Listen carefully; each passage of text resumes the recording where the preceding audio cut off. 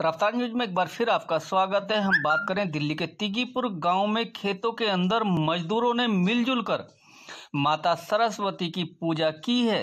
यहां पप्पन सिंह गहलोत के mushroom farm पर काम करने वाले मजदूरों के लिए पूजा की व्यवस्था की गई।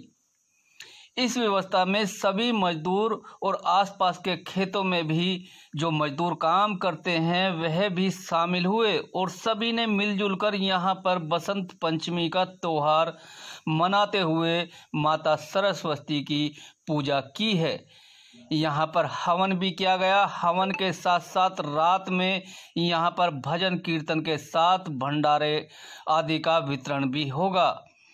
यहाँ काम करने वाले मजदूर पहले गांव में जाकर सभी इकट्ठे होकर पूजा करते थे, लेकिन इस बार इन मजदूरों ने अपने खेतों में ही पूजा की, इसलिए यह व्यवस्था बनाई है और यहीं पर माता सरस्वती की पूजा कर रहे हैं। इस मौके पर किसान पप्पन सिंह गहलोत ने कहा कि हम इन मजदूरों के काफ़ी श्रेणी हैं, क्योंकि इनकी बदौलत आप देख सकते हैं कि किस तरह से हमारा धर्म और संस्कृति बची हुई है।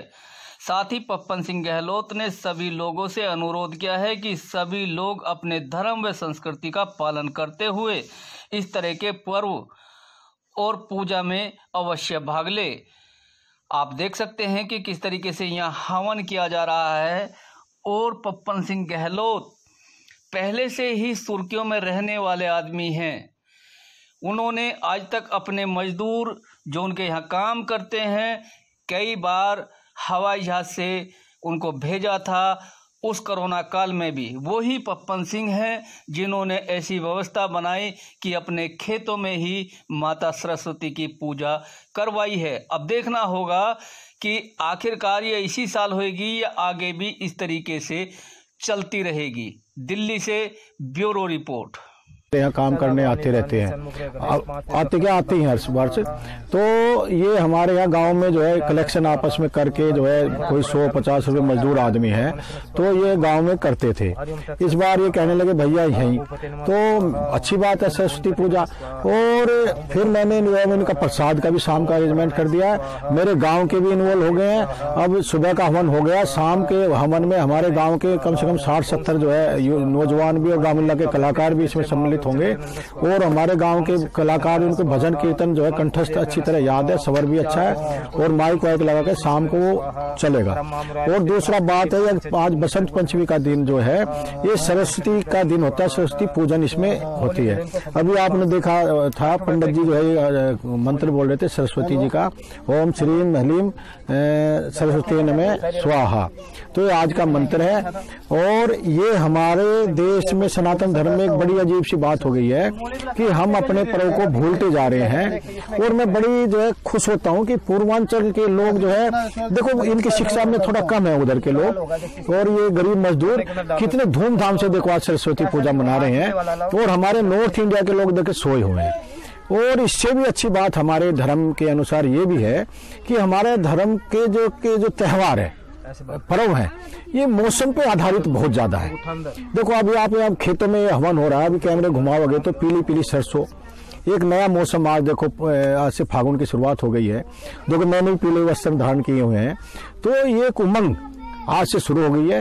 फागुन का महीना शुरू हो गया है और त्योहारों का एक तरह से आरंभ हो चुका है।